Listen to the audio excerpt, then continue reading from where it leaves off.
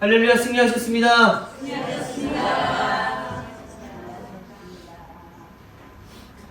아까 말씀드린 것처럼 오늘부터 대강절, 또 어떤 교회에서는 대림절, 또 어떤 교회에서는 강림절이라고 하는 그런 단어들을 이제 사용하면서 말씀드린 예수 그리스도의 오심을 기다리는 그런 절기를 이제 오늘부터 보내게 됩니다. 제가 뭐 하나 준비했는데 한번 넘겨보실래요? 한자 뜻이 저래요. 이렇게 한자로 되어져 있는 거고, 영어로는 어드벤트라고 하는 영어 단어를 사용하는데 저렇게 되어져 있습니다. 기다릴 대자에 내릴 강자, 기다릴 대에 임할 림자. 그러니까 우리는 기다리는 거예요. 누가 임하기를 기다리고 누가 오시기를 기다리는 날, 우리는 그걸 예수 그리스도의 오심으로 믿고 기다리고, 우린 그 절기를 앞으로 4주간 걸치면서 우리가 그 절기를 보내가면서 예수님이 이제 오시는구나 라고 하는 것을 우리가 이제 삶에서 이렇게 경험하면서 이제 나아가려고 하는 겁니다.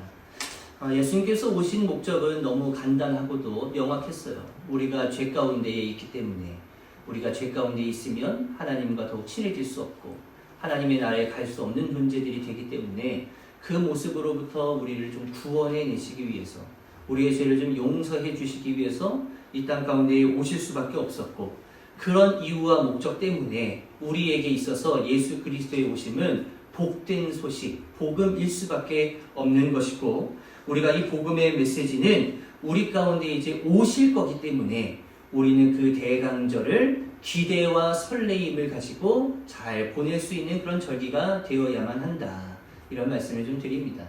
부활절을 기다리는 절기는 사순절을 이야기해요. 그 사순절에 그냥 우리는 아무렇지 않게 그냥 지나는 게 아니라, 사순절은 우리가 조금 더 절제해보고 예수 그리스도의 죽으심을 좀 떠올려보고, 나도 그렇게 경건한 삶을 좀 살아봐야지, 이걸 우리는 사순절에 하는 그런 이야기다라고 한다면, 대강절은 기대와 설레임을 가지고 예수 그리스도가 나의 죄를 위해서 이 땅 가운데 오시는구나 라고 하는 것을 잘 기다릴 수 있어야 된다라는 것이죠. 그래서 우리 예배 부장님께서 여기 강단을 예쁘게 잘 만들어 주셨죠? 여기 이제 초가 준비가 되어져 있어요. 그래서 이제 4주간 한 주에 하나의 촛불이 하나씩 켜지는 겁니다. 그래서 오늘은 첫 번째 주일이기 때문에 몇 개가 켜져 있는 거예요? 하나만 켜져 있는 거예요. 그래서 우리는 이 촛불 하나를 딱 켜면서 우리 첫 번째 주일이구나. 첫 번째 주일은 우리가 어떤 마음을 가지면서 예수님의 오심을 기다릴까? 그래서 오늘 제 말씀의 설교의 제목, 소망입니다.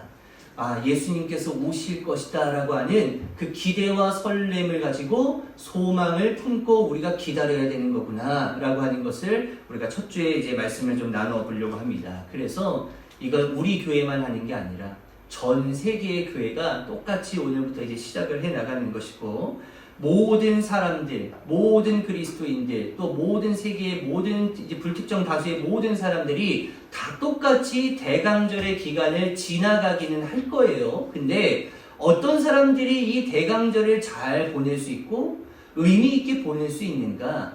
이거는 어려운 문제가 아닙니다. 아주 쉬워요. 성탄절, 예수 그리스도의 오심을 내가 어떻게 느끼고 있고 나에겐 이 날이 얼마나 특별한가에 따라서 이 절기가 의미가 있어질 수도 있고 의미가 없어질 수도 있다는 거예요. 쉬운 예로 한번 들어볼게요. 6월 20일이 무슨 날인지 아세요?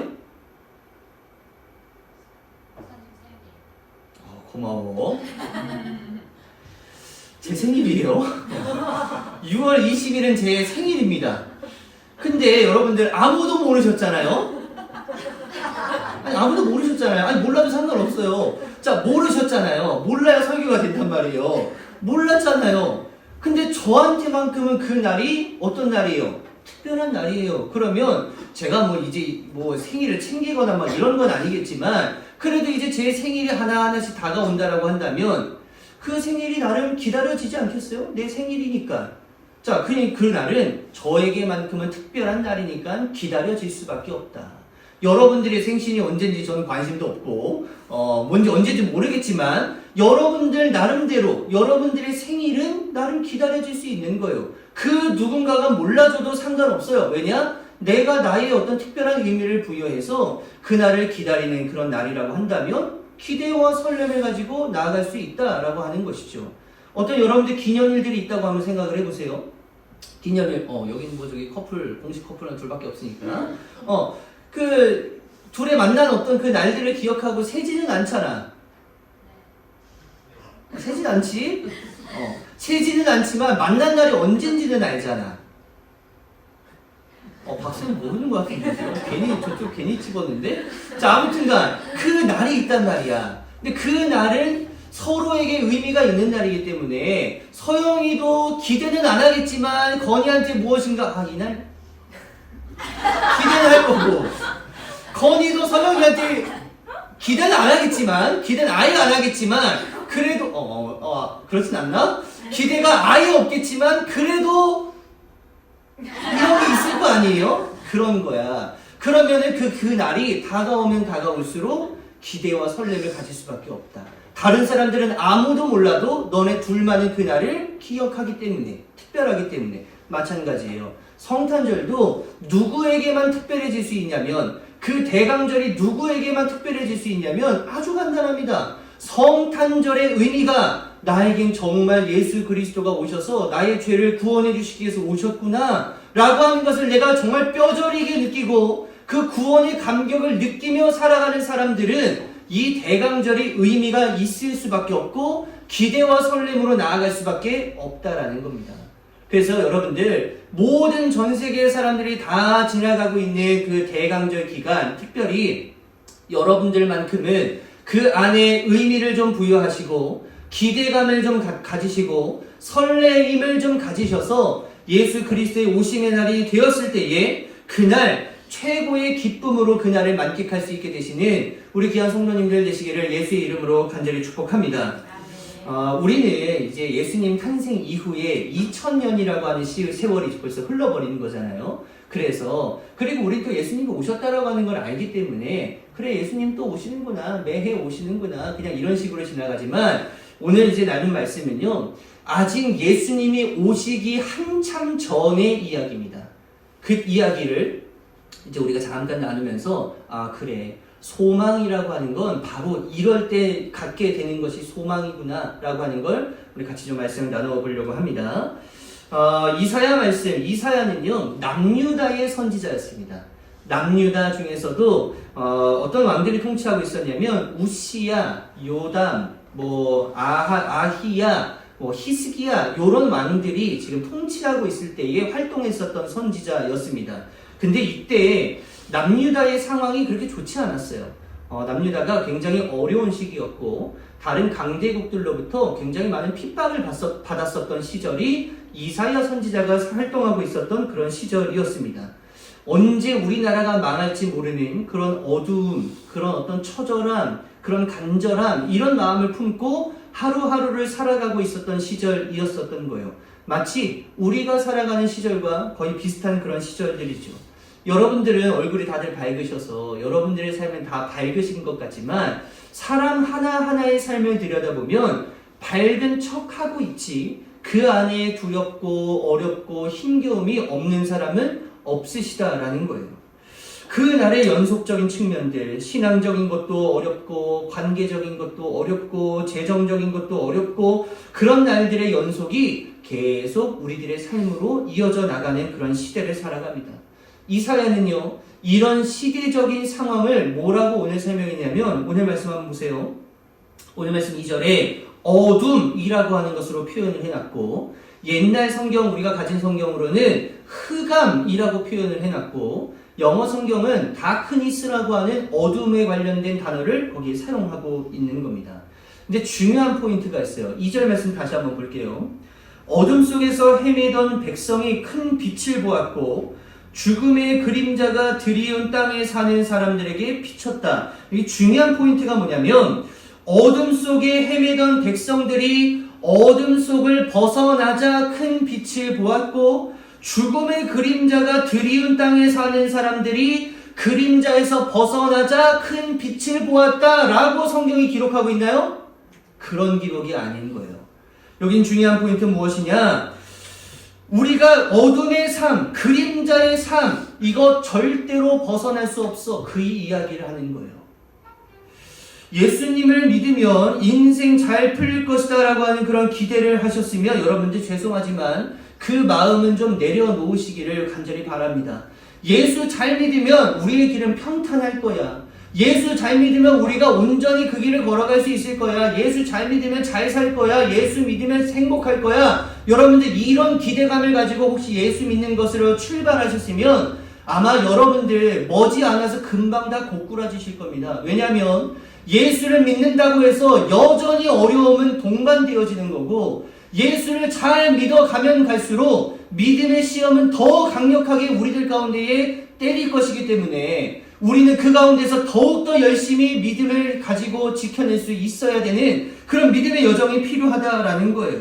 그러면 잘 풀리지 않는다는 얘기입니까? 아니에요. 그것도 아니죠. 잘 풀리게끔 하나님께서 은혜를 더해 주실 거지만 100% 그렇게 되지는 않을 거라는 거죠. 내 생각대로 되진 않을 거고 내 경험대로 되진 않을 거고 내 지식대로는 되지 않을 거다. 그 이야기를 제가 이야기한 게 아니라 성경에서 누누이 이야기하고 있는 그런 말씀들이라는 거예요. 그러면 우리가 생각해 볼 수 있죠. 욥은 어때요? 욥은요 하나님 앞에 굉장한 의인이었습니다. 굉장히 칭찬받는 사람이었는데 이 사람이 완전히 다 죽을 때까지 완전 패가 망신하고 다 죽게 됐었던 거예요. 그럼 우리가 생각해보면 욥이라고 하는 의인은 하나님께서 더 복을 많이 주시고 더 은혜를 더해 주셔야지 이게 맞는 거지. 하나님 잘 믿었는데 왜 그 사람은 그렇게 된 거야? 그건 우리가 설명할 도리가 없는 거예요. 하나님의 계획과 하나님의 섭리와 하나님의 경륜을 부족한 인간이 어떻게 그걸 다 헤아릴 수가 있겠냐는 거죠. 여러분들 그렇기 때문에 이해가 되지 않는 순간들이 얼마나 많아요. 그렇지만 그 가운데에서도 그 상황이 연속적으로 일어나서 늘 어렵고 늘 힘들고 늘 좌절 가운데 있는 그 상황 가운데 우리가 절대로 놓지 말아야 되는 게 무엇이냐면 그 가운데에서 우리가 소망만큼은 놓지 말아야 된다는 겁니다. 소망을 잃지 않고 놓지 않게 되시는 우리 귀한 성도님들 되시기를 예수의 이름으로 간절히 축복합니다. 소망은 이럴 때 갖는 거예요.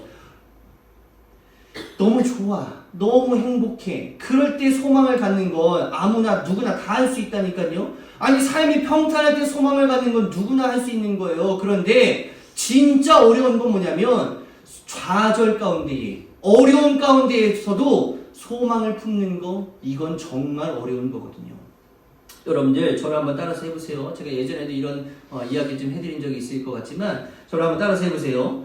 될 것 같은 일에 소망을 갖는 건 누구나 할 수 있지만 안 될 것 같은 일에 소망을 갖는 건 아무나 할 수 없다. 시작. 될 것 같은 일에 소망을 갖는 건 누구나 할 수 있지만 안 될 것 같은 일에 소망을 갖는 건 아무나 할 수 없다.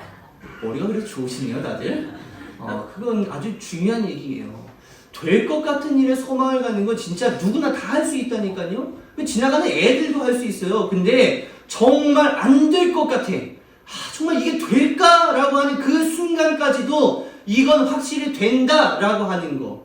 이 소망을 갖는 건 정말 쉬운 일은 아닐 겁니다. 그렇지만 여러분들 그 가운데서도 너 정말 이런 상황 가운데에서도 소망 가질 수 있어? 라고 하는 그런 질문을 하셨을 때에 거기서 아멘으로 화답할 수 있게 되시는 우리 귀한 성도님들 되시기를 예수의 이름으로 간절히 축복합니다. 이 이야기를 하면 이 이야기를 또 하고 지나가야 돼요. 시편 23편을 한번 펴보세요. 성경 찾을 겁니다. 시편 23편. 주님은 나의 목자시니 내게 부족함이 없어라. 나를 푸른 풀밭에 누이시며 쉴만한 물가로 인도하신다. 나에게 다시 새 힘을 주시고 당신의 이름을 위하여 바른 길로 나를 인도하신다. 얼마나 좋아요.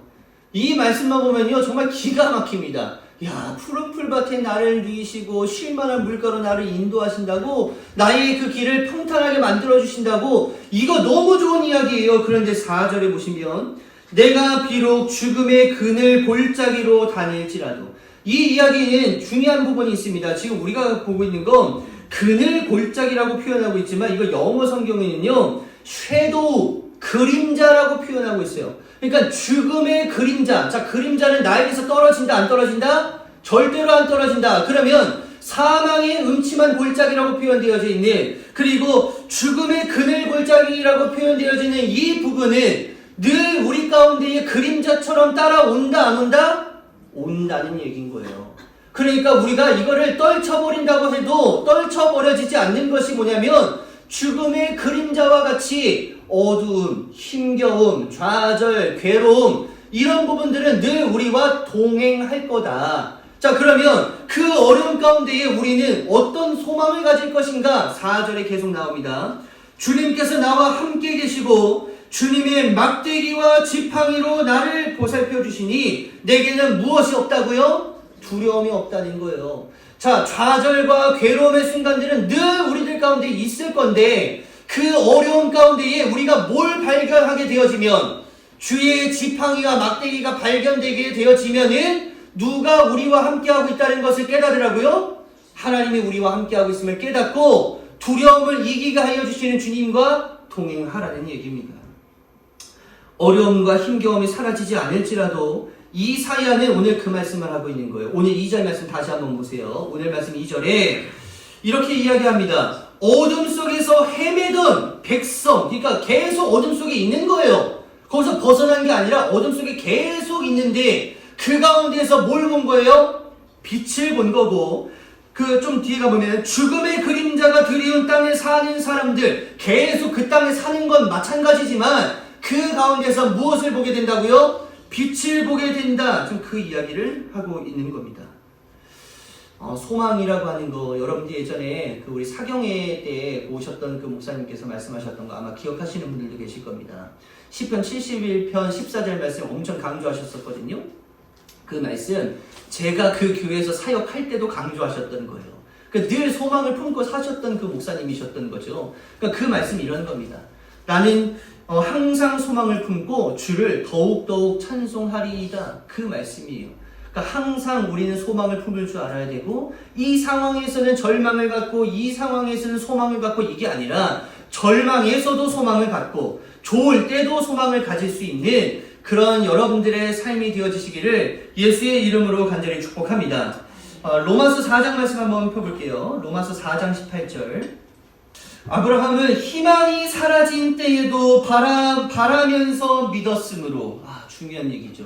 희망이 사라졌음에도 불구하고 이 바라보면서 믿었다라는 거예요. 자, 희망이 사라졌다라고 하는 건 어떤 얘기냐? 아브라함이 약속을 주셨거든요. 그 약속은 너의 자손이 하늘의 별과 같이 땅의 모래와 같이 많게 해줄 것이다. 그런데 정작 아들이 있어요, 없어요? 아들을 주시지를 않는 거예요. 75살에 하나님께서 말씀하셨던 그 약속의 말씀이 100살이 돼서야 겨우 이루어지는 겁니다.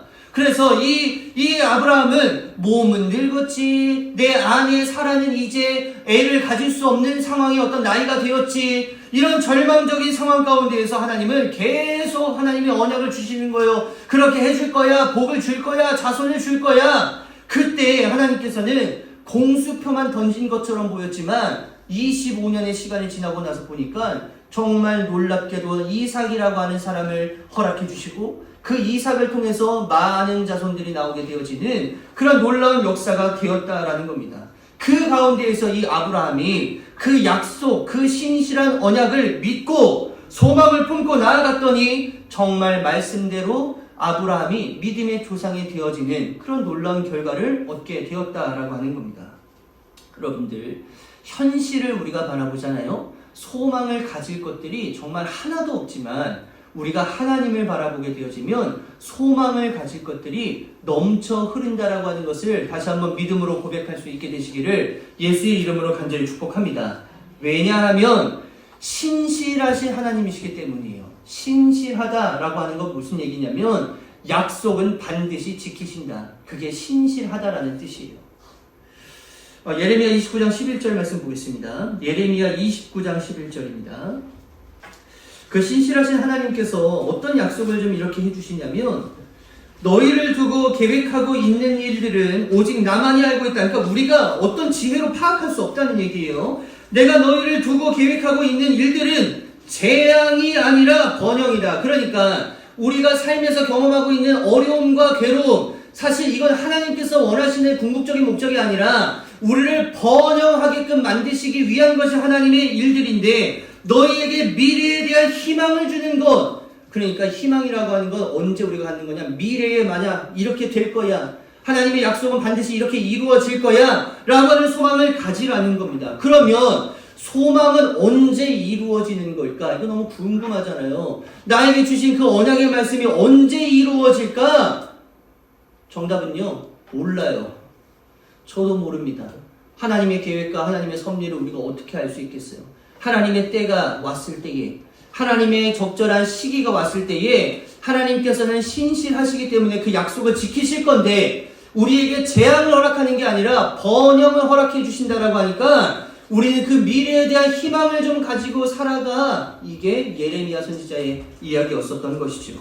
오늘 에스겔 우리가 말씀을 봤는데, 에스겔은요, 여러분들 이스라엘이 망한 어떤 그 시절에 활동하던 시대의 이 선지자입니다.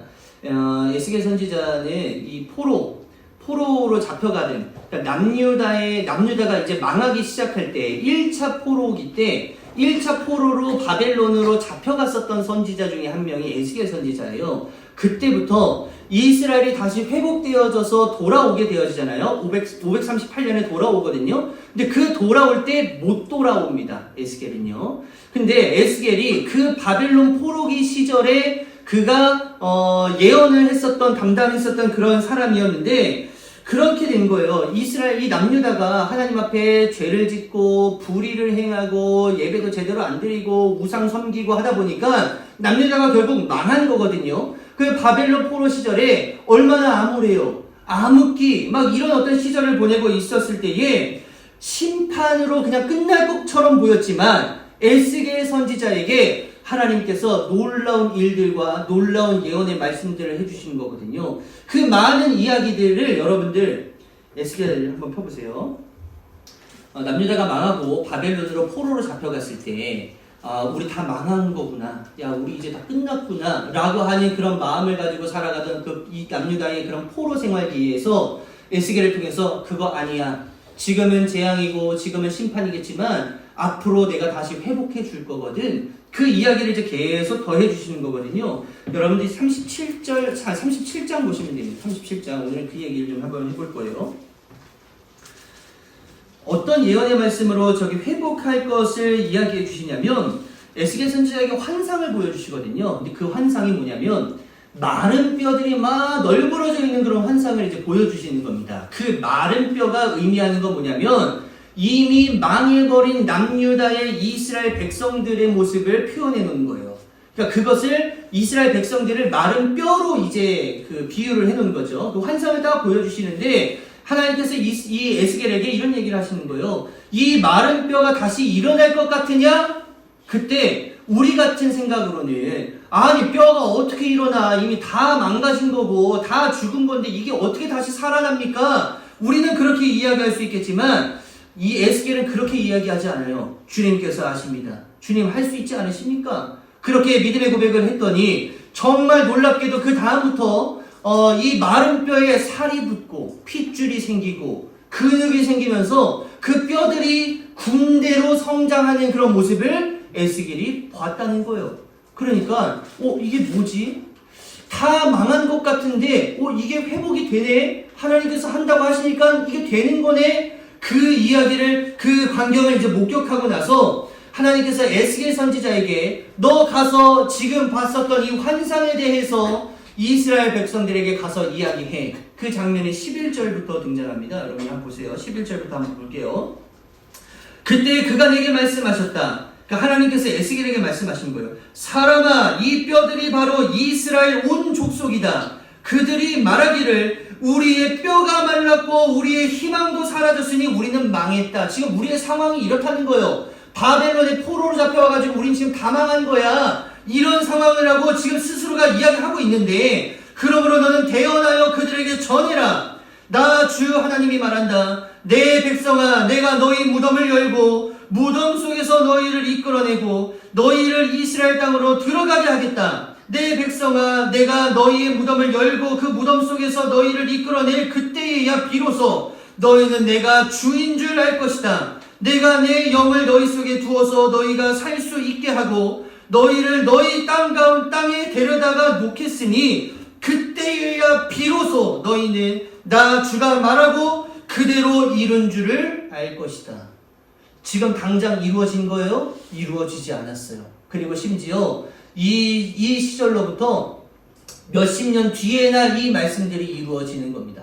그렇지만 당장 이루어지지는 않았어요. 그런데 이루어지지 않은 게 아니라 그 이후에 하나님의 때에 그 놀라운 일을 이루어내시는 거거든요. 그때가 되면은 하나님이 정말 이 일을 하셨구나 라고 하는 걸 깨닫게 될 것이다 라고 이야기하고 있는 것이죠. 언제일지는 모르지만 놀라우신 그 하나님의 기적과 영광이 있었다라고 하는 것을 알게 되는 날은 반드시 올 거기 때문에 우리는 원망과 불평으로 나아갈 게 아니라 기대와 설렘과 희망과 소망을 늘 잊지 않고 살아가야 한다. 그 이야기를 하고 있는 것이죠. 소망이라고 하는 건 의심이 아니라 여러분들의 확신을 갖는 게 소망인 거예요. 될까? 이게 아니라 된다라고 하는 그 믿음의 확신을 가지고 나아가야 한다라는 겁니다. 오늘 이사야 선지자가 어둠 가운데에 큰 빛이 올 거야. 죽음의 그림자 가운데에 큰 빛이 올 거야. 그 빛은 누구를 이야기하는 거죠?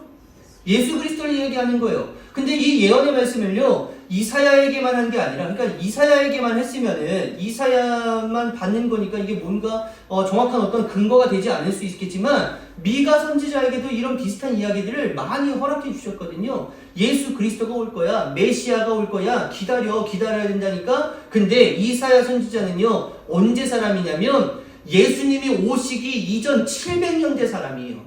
그러니까 이사야가 죽고 나서 700년 뒤에 예수 그리스도가 오시는 겁니다. 그러면 당장 이루어지지 않았으니까 약속은 이루어지지 않는 거야? 그게 아니라 이렇게 말씀하셨으면 반드시 예수 그리스도가 오실 것이다 라고 하는 그 소망을 가지고 오늘 하루하루를 견디며 살아갈 수 있어야 하는 것이 우리 그리스도인 된 삶이라고 하는 것을 우리가 다시 한번 인정하며 나아갈 수 있어야 된다라고 하는 겁니다. 예수 그리스도가 이제 곧 우리를 구원하시기 위해서 이 땅 가운데 오시는 거잖아요. 근데 이 약속의 말씀도 이제는 우리는 재림한 예수 그리스도를 기다리는 시대가 된 겁니다.